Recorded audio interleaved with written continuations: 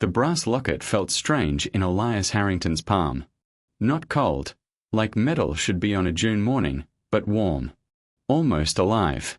He turned it over as he walked through his garden, the London sun doing little to explain why this small oval pendant felt like it had been sitting in someone's hands just moments before. He was 27 years old, a cartographer by trade, and a man who believed in order. Maps made sense. Lines connected dots. Things followed rules. But this locket, which he'd purchased 3 days ago from a shop near St. Paul's Cathedral, was already breaking rules he didn't know existed. The old clock tower across the street read 10:30. June 14th, 1803. Clara would be here in 1 hour for their afternoon walk, and Elias had planned everything. The locket would go around her neck. She would open it. Inside, she would find his miniature, painted by a small artist in Cheapside, and she would smile that way she smiled when words weren't enough. That was the plan. Elias stopped walking near the stone wall at the garden's edge. Something caught his eye. A flower. Purple. Small. Growing right where the wall met the earth, in a spot he knew for certain had nothing but bare soil yesterday. He knelt down, his breeches stretching tight across his knees, and touched the petals with one finger. They were soft. Real. Impossible. He'd seen this flower before. In dreams. The same vivid purple, the same small shape, always growing in places flowers shouldn't grow. He'd never mentioned it to anyone. What would he say? That a man who mapped the physical world was being visited at night by a flower that didn't exist? Elias stood up slowly, the locket still warm in his hand. A breeze moved through the garden, carrying the smell of bread from a nearby bakery and the faint dust of horse traffic on the main road. Normal sounds. Normal smells. Everything was normal except this flower, and except the locket that now felt less like a gift and more like a question he couldn't answer. He tucked the locket into his waistcoat pocket, against his chest. It sat there like a second heartbeat. "Mr. Harrington? Are you speaking to the flowers now?" Elias turned. It was Mrs. Holloway from the house next door, hanging laundry in her yard. She was 80 if she was a day, with hands that shook and eyes that missed nothing. "Just admiring the garden, Mrs. Holloway. It's a fine morning." She looked at him over the fence, her head tilted. "You've got something on your mind. I can see it. A woman always knows." Elias smiled, but it didn't reach his eyes. "Just eager for Clara to arrive, that's all." Mrs. Holloway nodded, pinning a sheet to the line. "Love makes fools of us all, Mr. Harrington. The trick is finding someone who doesn't mind your particular brand of foolishness." She went back to her washing, and Elias went back to his garden path. He walked the same circle he always walked, past the rose bushes, past the small vegetable patch, past the bench where he and Clara had shared their first kiss exactly 4 months ago. 10 steps. Turn. 10 steps. Turn. His fingers kept drifting to his waistcoat pocket, touching the warm metal through the fabric. Clara Bennett was 23 years old, the daughter of a merchant, with brown hair that caught gold in the sun and a laugh that made Elias forget his own name. He'd proposed to her in this garden 6 weeks ago, on a Tuesday, when the evening light had turned everything soft and golden. She'd said yes before he'd even finished asking. Today was supposed to be simple. A walk. Some conversation. The locket. But now Elias couldn't shake the feeling that something was wrong. Not bad wrong. Just off. Like when you walk into a room and forget why you came there, except the room was his entire life and he couldn't remember walking in. He checked the clock tower again. 11:15. Almost time. He sat on the bench, the wood warm from the morning sun, and pulled the locket from his pocket. He held it in both hands, studying the engraved design on the front, a small compass rose, the symbol of his trade. The artist had done fine work. The lines were clean, the metal smooth. Elias took a breath. Then another. Then he pressed the small catch on the side. The locket clicked open. Inside, on the left side, was a space for a miniature. But the miniature inside wasn't his. It wasn't the painting he'd commissioned. It was a woman's face, small and detailed, rendered with impossible precision. She had dark hair pulled back, dark eyes, and on her nose, perched in a way Elias had never seen before, were two pieces of dark glass held by thin wires that hooked over her ears. The woman was wearing glass on her face, glass that let him see her eyes clearly, even through the dark lenses. Elias stared. The garden sounds faded. The bread smell vanished. There was only this image, this impossible woman, looking back at him from inside his locket. He closed it, opened it again. Same woman. Same glass on her face. His hands were shaking now. The locket was still warm. Too warm. He pressed it against his chest, as if that would make it make sense. Elias. Clara's voice. Coming from the house. He looked up, and there she was, walking toward him through the garden in her pale yellow dress, a straw bonnet in her hand, her face bright with the smile he loved. He stood up. The locket was still in his hand. He needed to hide it, to explain, to understand what was happening. "What are you hiding?" Clara asked, laughing as she got closer. "I saw you from the window. You were staring at something like it held all the secrets of the universe." Elias tried to smile. "Nothing. Just thinking." She reached him, standing close enough that he could smell the lavender she always wore. "You think too much. That's your problem." She touched his arm. "Come. Walk with me. Tell me about your week." He nodded, slipping the locket back into his pocket. He would explain later. After he understood. After he figured out why his gift for his future wife held the face of a stranger wearing impossible glass. "I have something to show you at dinner," he said, his voice steadier than he felt. Clara squeezed his arm. "I can't wait." They walked toward the garden gate, toward the street, toward the normal June day that was waiting for them. The clock tower showed 11. The sun was bright. The flowers were blooming. And then the air changed. Elias felt it first in his ears, a pressure, like diving deep underwater. Clara's hand was on his arm, and then it wasn't. He turned to look at her, to ask if she felt it too, but she was already fading. Not walking away. Fading. Like a watercolor left in the rain. He reached for her. His hand passed through air. "Clara." The word came out wrong. Muffled. Distant.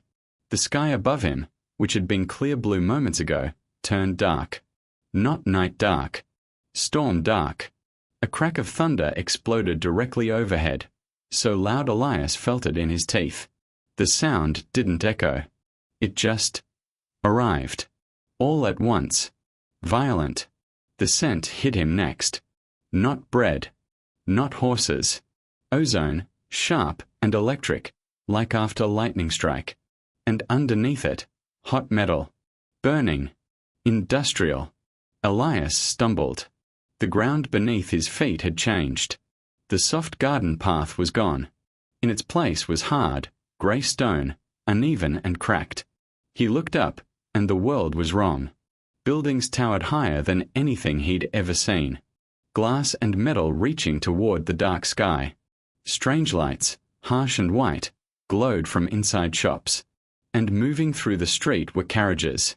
But not carriages pulled by horses. Metal carriages. Moving fast. Making noise. With bright, glowing eyes where lanterns should be. Elias stood frozen in the middle of this impossible street, rain starting to fall in thick, cold drops, as one of these metal carriages bore down on him, its horn blaring a sound that was nothing like a coachman's shout. He couldn't move. Couldn't think. Could only feel the locket against his chest, burning hot now, and wonder if he had finally lost his mind. The carriage screeched to a halt inches from his body. Through the wet glass, a man's face stared at him, mouth open, yelling words Elias couldn't understand. Behind the man, in the carriage backseat, a woman looked up from a small glowing rectangle in her hands. She had dark hair, dark eyes, and on her face, two pieces of dark glass held by thin wires hooked over her ears. The rain kept falling. The horn kept blaring. And Elias Harrington, a cartographer from 1803, stood in the middle of a 21st century street, holding a locket that had just rewritten everything he thought he knew about the world. Elias's lungs were on fire. Not the gentle burn of a long walk or the heat of a summer day. This was different. This was his body screaming for air it couldn't find, each breath tasting like poison wrapped in rain. He pressed his back against something hard. A wall. Brick.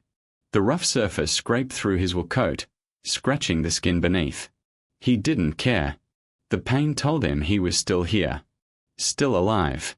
Still real. The metal carriage that had almost killed him was still there, stopped in the middle of the street, its glowing eyes cutting through the rain. The man inside was still yelling, his face red, his hands gesturing at things Elias couldn't understand. Words spilled out of him, but they were wrong. The shapes didn't match. The sounds didn't fit together the way English was supposed to. Elias looked down at his hands. They were shaking. The locket was still there, pressed into his palm so hard its edges left red crescents in his flesh. He loosened his grip slightly, but didn't let go. He couldn't let go. That locket was the only thing that made sense, and it didn't make sense at all. Rain dripped from his hair into his eyes. He blinked it away and looked up. She was there, standing in the doorway of a shop. A coffee shop, though Elias didn't know that word. Steam rose from somewhere inside, carrying a smell he didn't recognize, rich and dark and slightly bitter. But he barely noticed the smell. He barely noticed anything except her. The woman from the locket. She was real. She was here. Rain dripped from the tip of her nose as she stared at him, and on her face were those same strange pieces of glass, catching the glow from the shop behind her. Her mouth was slightly open. She looked the way Elias felt, like someone who had just watched the world break and wasn't sure how to put it back together. The yelling man finally gave up. The metal carriage made a noise, a kind of growl, and moved on, its wheels splashing water onto Elias's boots. He didn't move.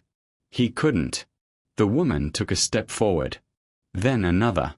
She was crossing the space between them, walking toward a man who had just appeared from nowhere in the middle of a rainstorm. A man in clothes that didn't belong. A man who looked like he'd seen a ghost and then realized he was the ghost. She stopped a few feet away. The rain continued to fall, soaking them both. She reached up and removed the glass from her face, folding the wires carefully.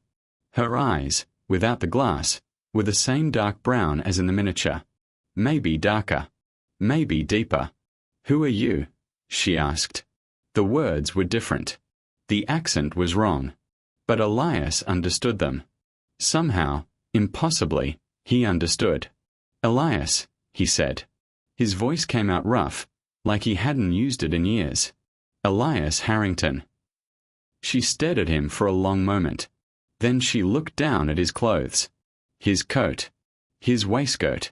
His boots, now covered in street water and something that looked like gum. When she looked back up, her expression had changed. Not fear.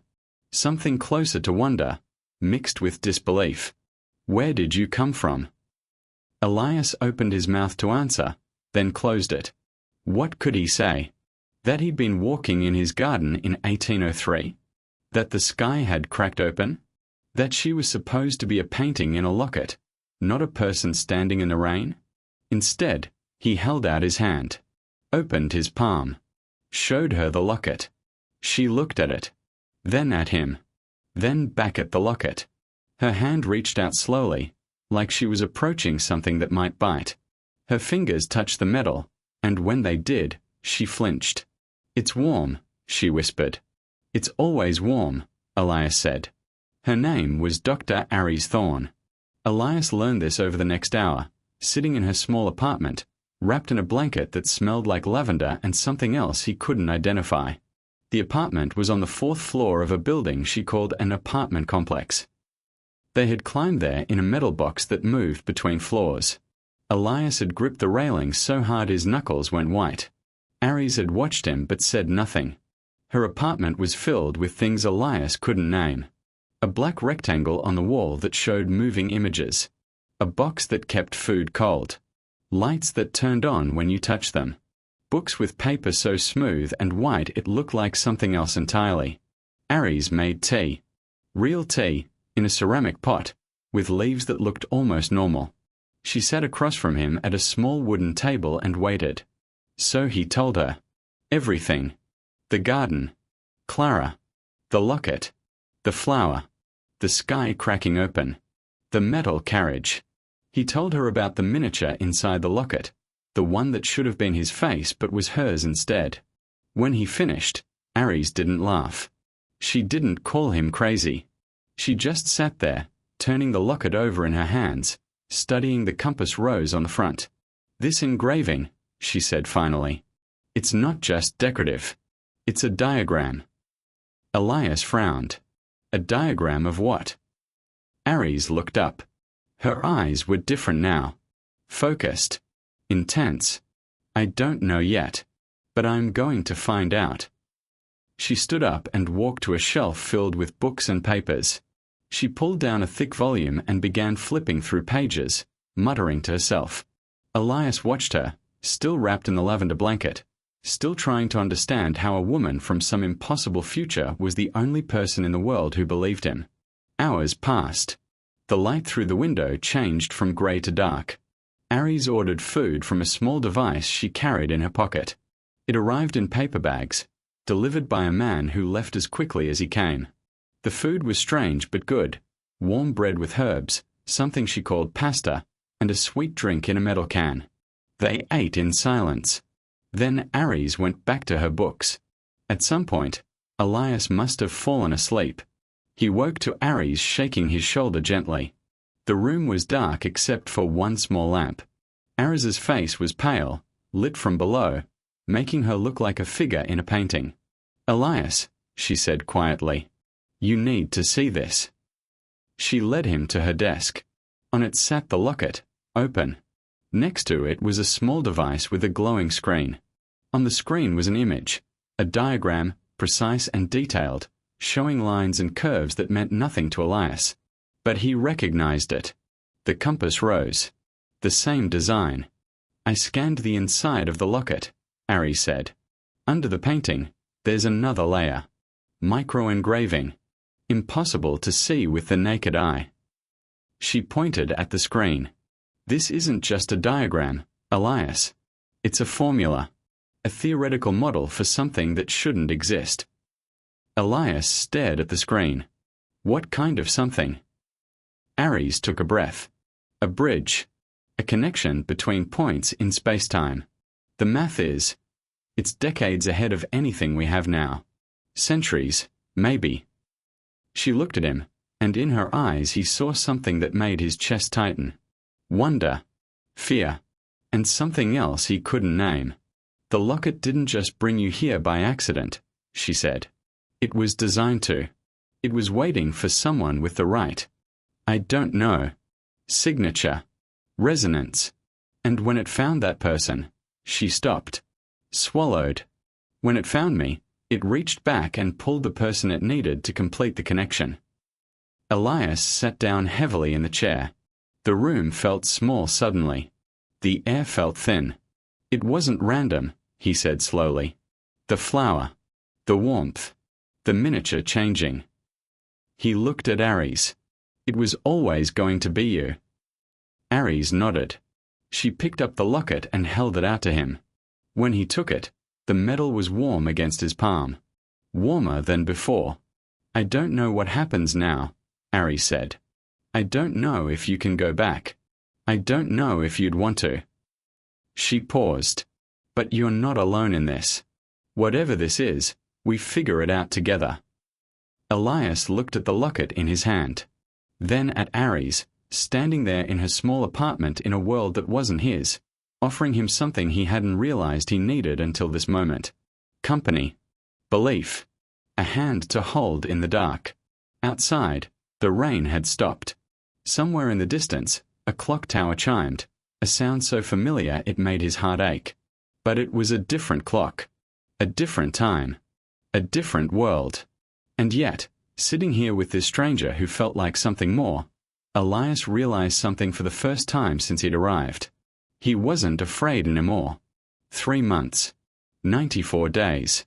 Elias had counted every single one. The calendar on Aris's wall showed September 18th, 2024. He understood the numbers now. He understood a lot of things. How to use the small device in his pocket that showed him maps of streets that didn't exist when he was born. How to open the cold box without letting too much cold air escape. How to walk past the metal carriages without flinching. But understanding wasn't the same as belonging. Elias stood in front of the small bathroom mirror, a towel around his shoulders. His reflection stared back at him, and for a moment, he didn't recognize the face. He hadn't shaved in weeks. The hair on his chin and jaw was thick and rough, growing in ways it never had before. He ran his fingers through it, feeling the coarse texture. Foreign. Wrong. When had he last shaved? He couldn't remember. That scared him more than anything. He turned away from the mirror and walked to the small desk by the window. The pressed purple flower sat there, held between two pieces of clear plastic. His flower. The one from his garden. The one that shouldn't exist here. Except it did exist here. Just like he did. Elias touched the plastic gently. In his mind, he could still see Clara's face. Brown hair. Gold in the sun. That laugh. But when he tried to hear the laugh in his memory, it came out wrong. Muffled. Distant. Like trying to remember a song you hadn't heard in years. What did she sound like? Really sound like? He couldn't remember. The door opened behind him. Aris walked in, carrying two paper cups that smelled like the coffee shop where they'd first met. She'd been going there every morning for as long as Elias had known her. Some things, he'd learned, were rituals. Anchors. Ways of keeping yourself steady when the world kept shifting. "You're up early," she said, setting one cup on the desk beside him. "Couldn't sleep." Elias shook his head. He picked up the cup, letting the warmth seep into his hands. The heat felt real. That helped. "Same dream," he said. The garden. The thunder. Reaching for her and finding nothing. Aris sat on the edge of the bed, wrapping her hands around her own cup. She didn't say anything. She'd learned that sometimes silence was better than words. Elias was grateful for that. 3 months of silence. 3 months of questions. 3 months of watching Aris work, her small apartment slowly transforming into something that looked like a laboratory. Books stacked on every surface. Papers covered in equations Elias couldn't read. The locket always sitting in the center of her desk, under a special light, like a patient in surgery. She'd made progress. Amazing progress. The locket wasn't just jewelry. It was technology. Technology from a time that shouldn't have been able to create it. The man who made it, a scholar named Thomas Merritt, 1803, London, had been working on theories that wouldn't be proven for another 200 years. But he'd proven them. In his own way. With his own hands. And then he'd hidden the proof inside a locket, waiting for someone to find it. Someone like Aris. "The resonance pattern is stable now," Aris said, breaking the silence. "I've been running tests all week. The locket responds to both of us, but differently. To me, it's like a key waiting to be turned. To you." She paused. "To you, it's a door that's already open." Elias looked at her. "What does that mean?" Aris took a breath. She'd been doing that a lot lately. Breathing before she spoke. Choosing her words carefully. "It means the connection is one way. Your consciousness was pulled forward because the locket recognized something in me. A match. A resonance. But going back." She shook her head.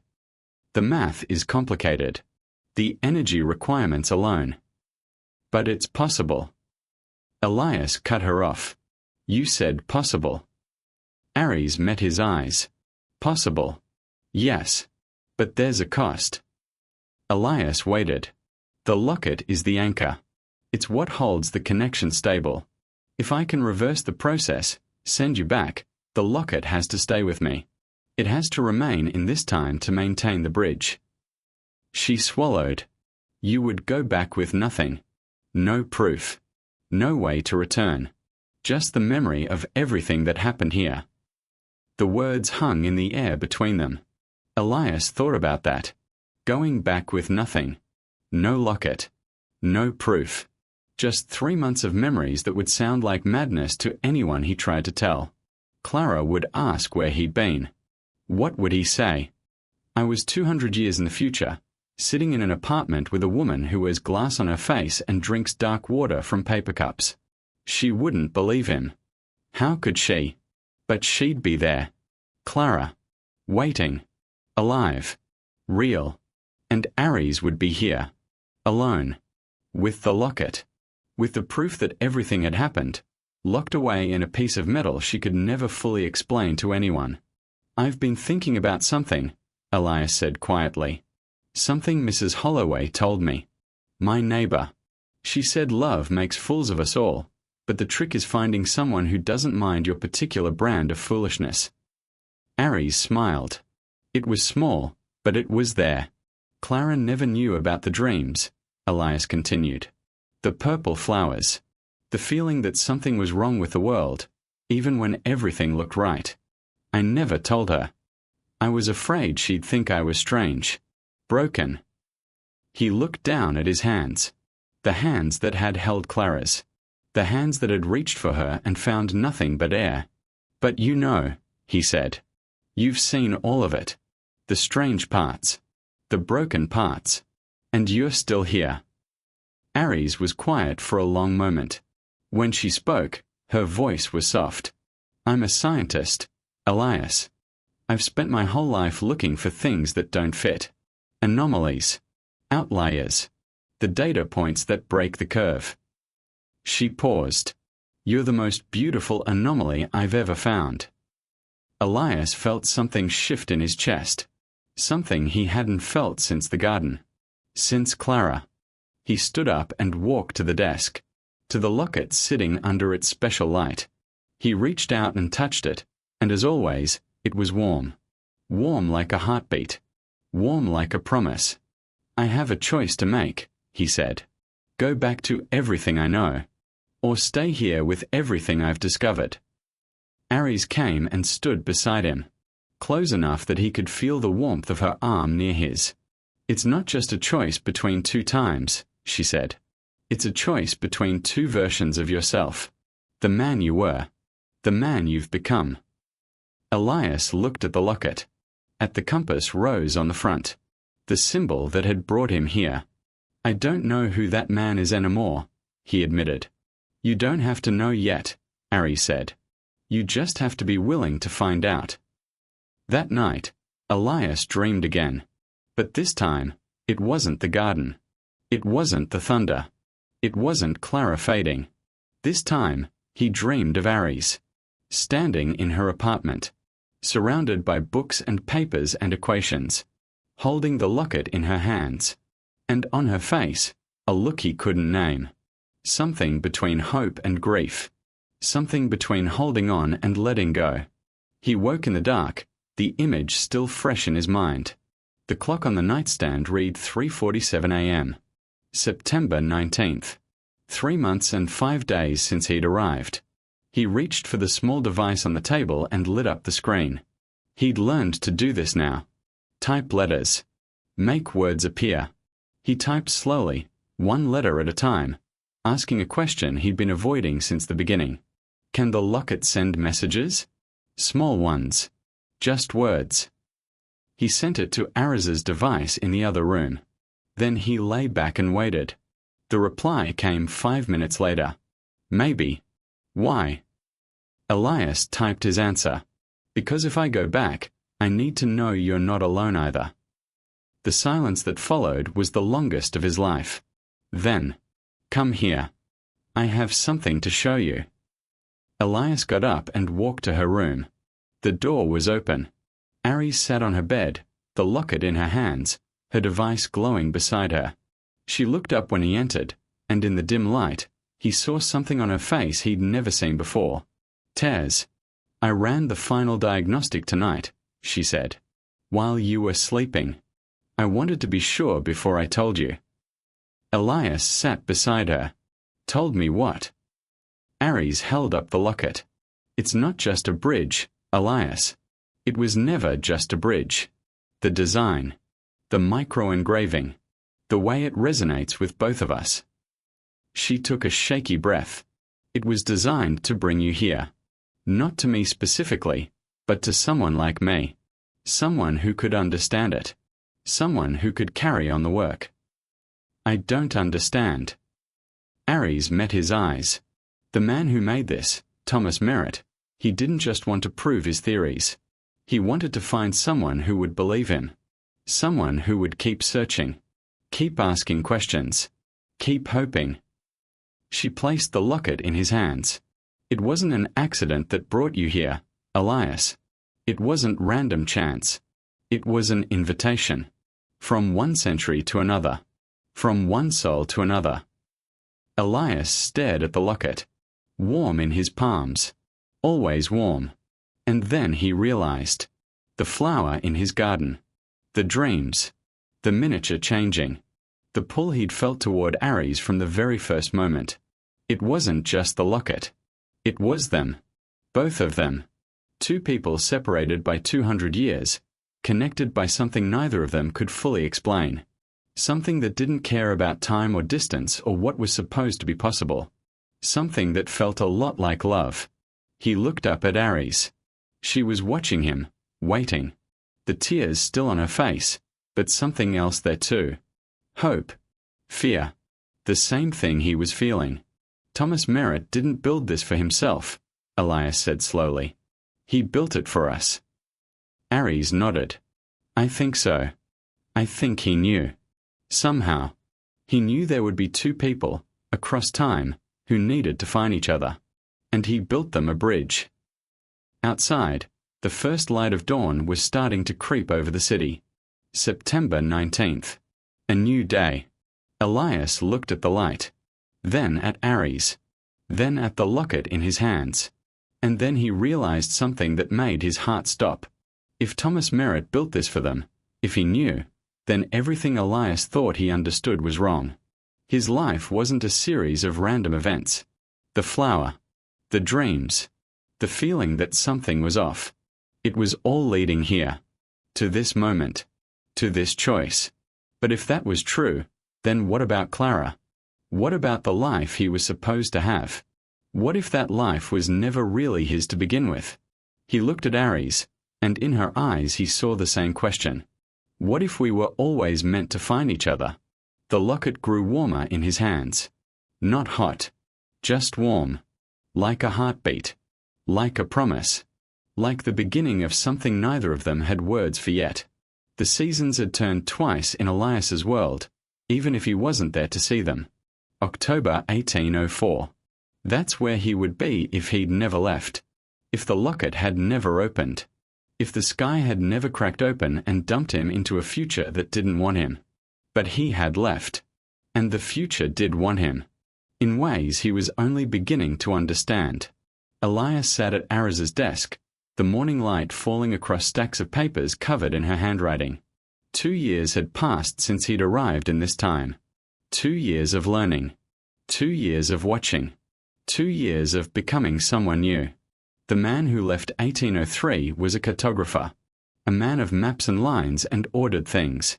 The man who sat here now was something else entirely. He picked up the locket from its place on the desk. Still warm. Always warm. He'd stopped questioning that months ago. Some things just were. Like the way his heart beat faster when Aris walked into the room. Like the way her laugh had become his favorite sound, even more than the clock tower chimes he'd grown up with. 2 years of small moments. Making tea together in the morning. Aris explaining how her world worked, patient with his endless questions. Late nights when they'd sit on the small balcony and watch the lights of the city blink on, one by one. She'd point at buildings and tell him their names. He'd tell her about London in 1803. About the smells and sounds and the way fog rolled off the Thames different from anything here. They built a world together. Small. Quiet. Theirs. But the past never really let go. It just waited. Aris appeared in the doorway, holding 2 paper cups from the coffee shop. She'd been going there every morning for 2 years now. Some rituals never changed. You're thinking about it again, she said. setting a cup beside him. I can tell. Elias nodded. He didn't try to hide it anymore. Not with her. 2 years, he said. Clara would have waited. She would have thought I abandoned her. Or worse. Aris sat in the chair across from him. She looked different now than when they'd first met. Softer somehow. Or maybe that was just him seeing her differently. Seeing everything differently. You couldn't have known, she said. None of this was your choice. Everything is a choice, Elias replied. Even the things we don't choose. Especially those. Aris was quiet for a moment.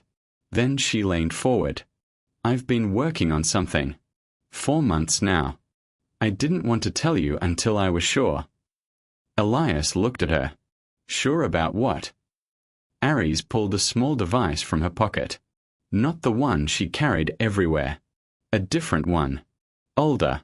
Covered in small wires and attachments Elias didn't recognize. The locket's resonance pattern, she said. I've mapped it. All of it. The way it connects to you. The way it connects to me. The way it creates a bridge between 2 points in time. She placed the device on the desk beside the locket. I can send a message through it. Not a person. Not yet. But a message. Words. Images. Small things.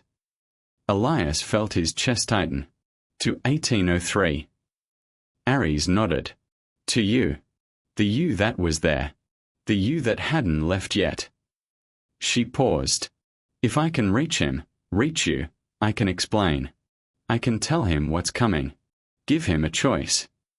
Elias stared at her. At the device. At the locket. You want to change the past. I want to give you the choice you never had, Aris said quietly. If the you in 1803 knows what's coming, he can decide. Stay or go. Love Clara or wait for something he doesn't understand yet. She met his eyes. It's not about changing history. It's about giving you the same thing you gave me. What did I give you? Aris smiled. Small. Real. Proof that I wasn't alone. That the things I believed in, the impossible things, weren't crazy. They were just waiting to be understood. Elias looked at the locket. At the device. At the woman who had become his entire world. How do we do it? For 3 weeks, they worked. Aris handled the science. The equations. The precise calibrations needed to send information across 2 centuries without destroying it. Elias handled the rest. The words. The feelings. The things that couldn't be measured but mattered most. He wrote letters. Pages and pages of them. Not to Clara. He couldn't explain this to Clara. She wouldn't understand, and he couldn't blame her for that. He wrote to himself. To the Elias Harrington sitting in a London garden in June 1803, unaware that his entire life was about to change. He told him everything. The flower. The warmth. The locket secret. The woman with glass on her face. The 2 years of learning and growing and becoming someone new. The choice that was coming. The choice that was always coming. And he told him about Aris. Not just who she was, but who she'd become to him. The way she laughed when he misunderstood something obvious. The way she never made him feel stupid for not knowing. The way she looked at him like he was the most interesting thing in any century. He told himself the truth. You will have to choose. Clara or Aris. The past or the future. The man you were or the man you could become. But here's the thing about choices. They're only hard when you don't know who you are. By the time you read this, you'll know. The night before the attempt, they sat on the small balcony. The city lights spread out below them, millions of tiny stars in a man-made sky. Elias counted them sometimes. Tonight, he just watched. It might not work, Aris said. The math is solid, but math and reality don't always agree. There's a chance the message never arrives. Or arrives wrong. Or arrives too late. Elias nodded. I know. And if it does work, if the you in 1803 gets the message, he might still choose Clara. He might stay. He might never come here. Elias turned to look at her. In the dim light, her face was soft, vulnerable, more beautiful than anything he'd ever mapped. Then he'd be making the wrong choice, Elias said. But it would still be his choice. That's what matters. Aris was quiet for a long moment. Then she reached out and took his hand. I don't want you to go, she whispered. I know that's selfish. I know you have to. But I don't want you to. Elias squeezed her hand. I'm not going anywhere. Not tonight. Not tomorrow. The message is just words. I'm still here. For now. For now, he agreed. But 2 years ago, I didn't know you existed. 2 years from now, who knows where we'll be? He paused. That's the thing about time. It keeps moving. All we can do is move with it. The next morning, they sat at the desk. The locket in its place. The device connected to it with wires that looked almost organic, like they were part of something living. Aris ran through her checklist. Calibrations. Frequencies. Resonance patterns. Numbers Elias didn't understand but trusted completely. Ready? She asked. Elias placed his hand on the stack of letters. Pages and pages of words. His whole heart, written down and folded into an envelope that would travel 200 years. Ready. Aris pressed a sequence on the device. The locket began to glow. Not bright. Just a soft warmth, like sunrise through fog. Now we wait, she said. They waited. 1 hour. 2. 3. The locket glowed, steady and warm. But nothing changed. No sign that the message had arrived anywhere but here. Elias started to think it hadn't worked. Started to prepare himself for that possibility. Started to figure out how to make peace with trying and failing. And then the locket changed. The glow shifted. Pulled inward. Concentrated in the center of the compass rose. For one breathless moment, Elias saw something impossible. His own face, reflected in the metal. But not his face now. His face then. Younger. Softer. Unmarked by 2 years of living in a world that wasn't his. The face looked up at him. And smiled. Then it was gone. The locket returned to normal. Warm. Quiet. Waiting. Aris stared at the device. Numbers scrolled across its screen. Readings. Confirmations. It worked, she breathed. It actually worked. Elias picked up the locket. Still warm. Still familiar. But different now. Charged with something new. What happens now? He asked. Aris looked at him. In her eyes, he saw everything. Hope.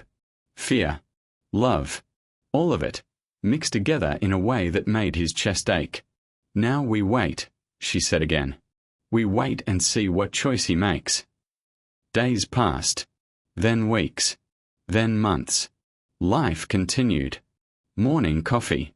Evening talks. The slow rhythm of 2 people building something together, not knowing if it would last. Elias stopped counting the days. Stopped waiting for something to change. Started living in the moment instead of the possibility. And then, on a Tuesday in March 2026, the locket changed again.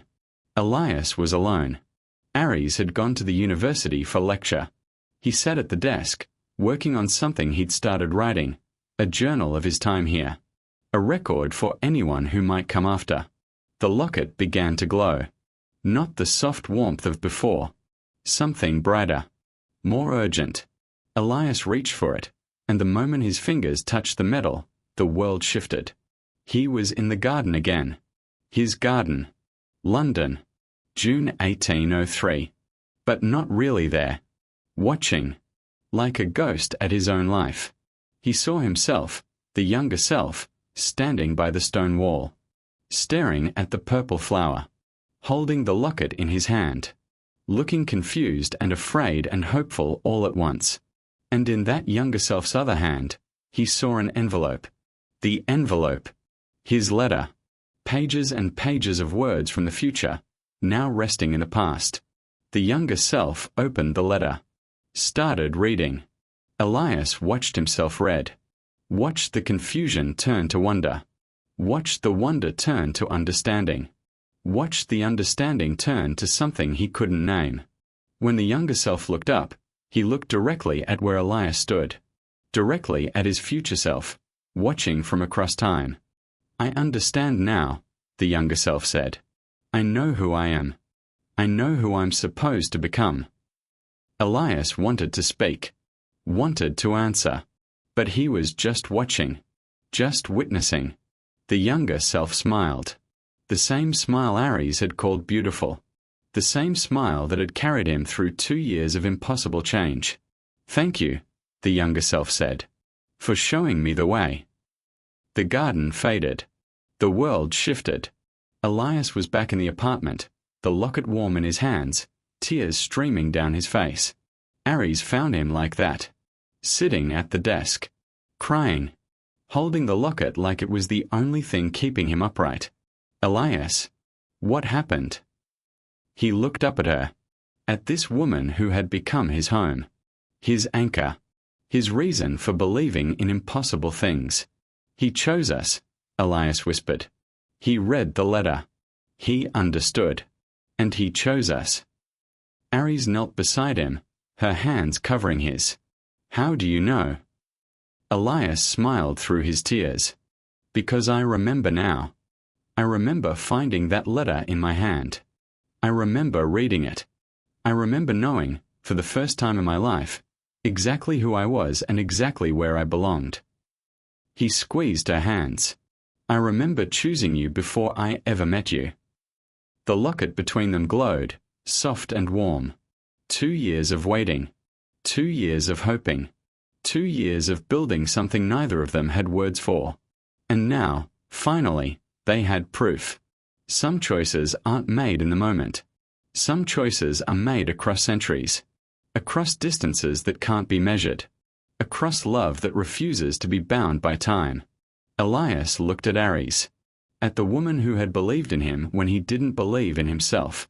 At the scientist who had proven that love was its own kind of physics. At the person who had become his whole world. I'm not going anywhere, he said. Not now. Not ever. Aris laughed. That laugh. The one that had become his favorite sound. Good, she said. Because I already cleared a drawer for you. And I don't give those out lightly. Elias pulled her close. The locket rested between them, warm as a heartbeat, patient as time itself. Outside, the city hummed with life. Cars moved. People walked. The world continued exactly as it always had. But inside this small apartment, in this small moment, something permanent had shifted. A choice had been made. Across 2 centuries. By 2 versions of the same man. And love had won. The brass locket sat on Aris's desk, exactly where it had sat for the past 3 years. March 2026. A Tuesday afternoon. Weak winter sunlight fell through the window, landing on the metal in a way that made it look almost soft. Almost alive. Almost like it was waiting for something. Aris stared at it from her chair across the room. She didn't touch it anymore. Not since Elias had gone. 18 months. That's how long it had been since the morning she woke up and found his side of the bed empty. Found his clothes still in the drawer. Found his favorite cup still in the dish rack. Found a note on the desk, written in his careful hand, explaining that he'd felt the pull. The same pull that brought him here. Except this time it was pulling him back. Asterisk, I have to go asterisk, the note said. Asterisk, not because I want to leave you. Because I need to make sure the other me is okay. The one who got the letter. The one who chose us. He's still there, Aris. Still waiting. Still hoping. And I think he needs to know it was worth it. Asterisk.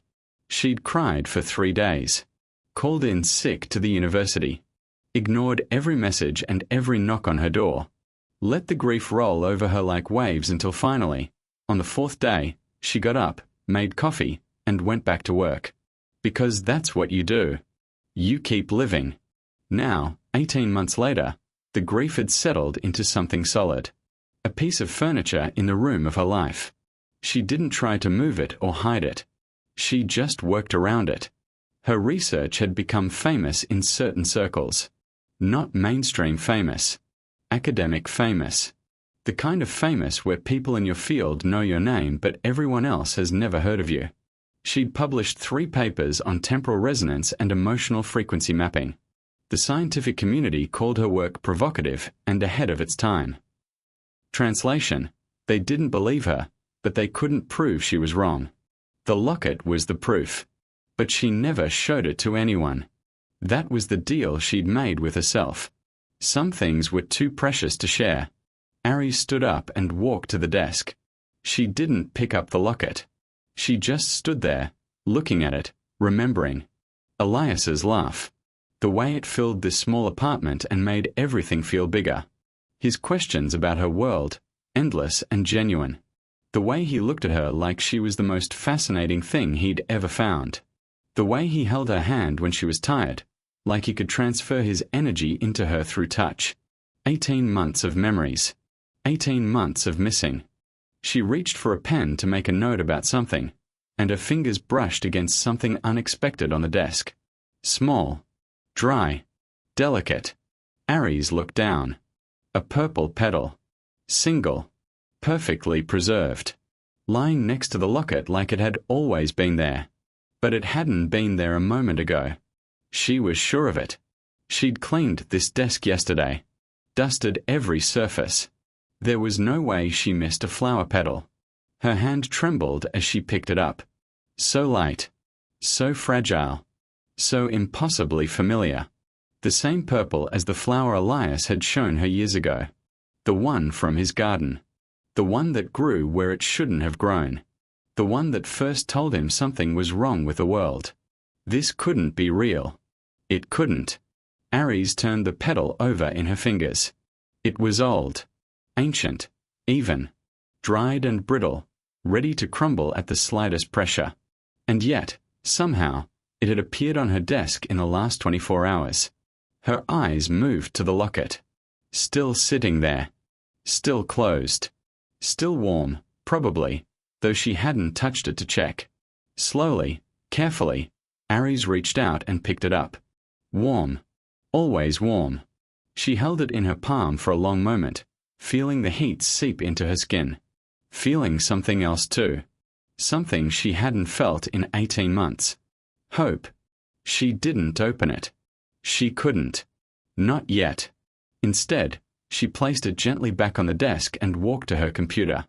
Her research files. The thousands of pages of notes she'd compiled over the years. Temporal anomalies. Resonance patterns. Emotional frequency mapping. She'd spent her whole career looking for proof that the impossible was possible. And she'd found it. In Elias. In the locket. In the love that had crossed 2 centuries to find her. But she'd never found proof that he was okay. That the choice had been worth it. That the other version of him, the one who got the letter, the one who chose them, had found the happiness he deserved. Until now. Aris sat at her computer and pulled up her latest project. A paper she'd been working on for months. The title read, Evidence of Sustained Temporal Emotional Resonance in Artifact-Mediated Cross-Entry Connections. Fancy words for, I think he's still out there. I think he's still connected to me. I think love really can cross time. She looked at the petal in her hand. Then at the locket on her desk. Then at the screen full of words she'd written, trying to explain something that couldn't be explained. The petal was proof. Small. Fragile. But real. Somewhere, across 200 years, Elias was thinking of her. And somehow, impossibly, that thought had traveled through time and landed on her desk. A knock at the door pulled her from her thoughts. Come in, she called, her voice steadier than she felt. The door opened and a young woman stepped in. Student. Early 20s. Holding a notebook and looking nervous in that way students always looked when visiting a professor's office. Dr. Thorne. I'm so sorry to bother you. Your office hours said 3 o'clock and it's just past and I know I'm late but I really wanted to ask you about your research for my thesis and... Aris smiled. The kind of smile she'd learned to wear in public. Kind. Professional. slightly distant. It's fine. Come in. What's your name? Priya. Priya Sharma. I'm a third-year physics student and I read your paper on temporal resonance and I know people say it's controversial, but I think it's beautiful and I was hoping maybe you'd let me ask some questions about it. Aris looked at the young woman, at her eager eyes, at her shaking hands, at the way she held her notebook like it was the most important thing in the world. She reminded Aris of someone. Herself, 30 years ago. Before the locket. Before Elias. Before she learned that the universe was bigger and stranger and more beautiful than any equation could capture. I'll tell you what, Aris said. I have a story. A long one. It might take a while to tell. But if you're willing to listen, I think it might answer some of your questions. Priya's eyes went wide. Really? You'd do that? Aris stood up and walked to the desk. She picked up the locket. Warm in her palm. Always warm. Really? She paused, looking at the small metal object that had changed her life forever. But first, let me show you something. She held out the locket. Priya approached slowly, like she was approaching something sacred. Which, Aris supposed, she was. What is it? Priya whispered. Aris thought about how to answer that. How to explain years of love and loss and hope in a few simple words. It's a bridge, she said finally. Between here and there. Between now and then. Between me and someone I loved very much. Priya looked at the locket. Then at Aris. What happened to them? Aris smiled. Not the public smile. The real one. The one she hadn't used in 18 months. He went home. Back to his own time. Back to the life he was supposed to live. She paused. But before he left, he made sure I knew something important. What? That love doesn't care about time. It doesn't care about distance. It doesn't care about what's supposed to be possible. Aris touched the locket gently. It just is. And that's enough. Priya was quiet for a long moment. Then she reached into her pocket and pulled out something small. A locket. Not as old as Aris's. Not as beautiful. But a locket nonetheless. It was my grandmother's, Priya said quietly. She gave it to me before she passed. Told me it held the memory of the man she loved. Even though he died young, she said she still felt connected to him every time she held it. She looked up at Aris. I thought she was just being sentimental. But now I'm not so sure. Aris felt something shift in her chest. The grief furniture, moving just slightly. Your grandmother was right, she said. Sentiment isn't weakness. It's proof. Proof that we are connected to each other in ways we don't understand. Ways we might never fully understand. She held out her locket next to Priya's. 2 small pieces of metal. 2 bridges across time. 2 stories of love that refuse to end. The universe has a better memory than we do, Aris said. It remembers every connection. Every moment of love. Every choice made across every century. And sometimes, if we are lucky, it lets us feel those connections too. Priya looked at the 2 lockets side by side. Tears in her eyes. Understanding dawning on her face. So your research, she said slowly. The emotional frequency mapping. It's not just theory. It's real. Aris nodded. It's the most real thing I've ever known. That night, after Priya left, Aris sat alone in her apartment. The locket on the desk. The purple petal beside it. 18 months of grief and hope and quiet perseverance. She picked up the petal one more time. Held it in the palm of her hand. Closed her eyes. And in the silence, she felt it. Not a sound. Not a vision. Just a feeling. Warm and familiar and impossibly distant. Elias. Thinking of her. From 200 years away. She opened her eyes and smiled. I'm okay, she whispered to the empty room. I hope you are too. The locket glowed. Just slightly. Just for a moment. And Aris knew. He was. The next morning, She walked to her desk and looked at the locket one last time. Then she picked it up, crossed the room, and placed it on the small shelf by the window.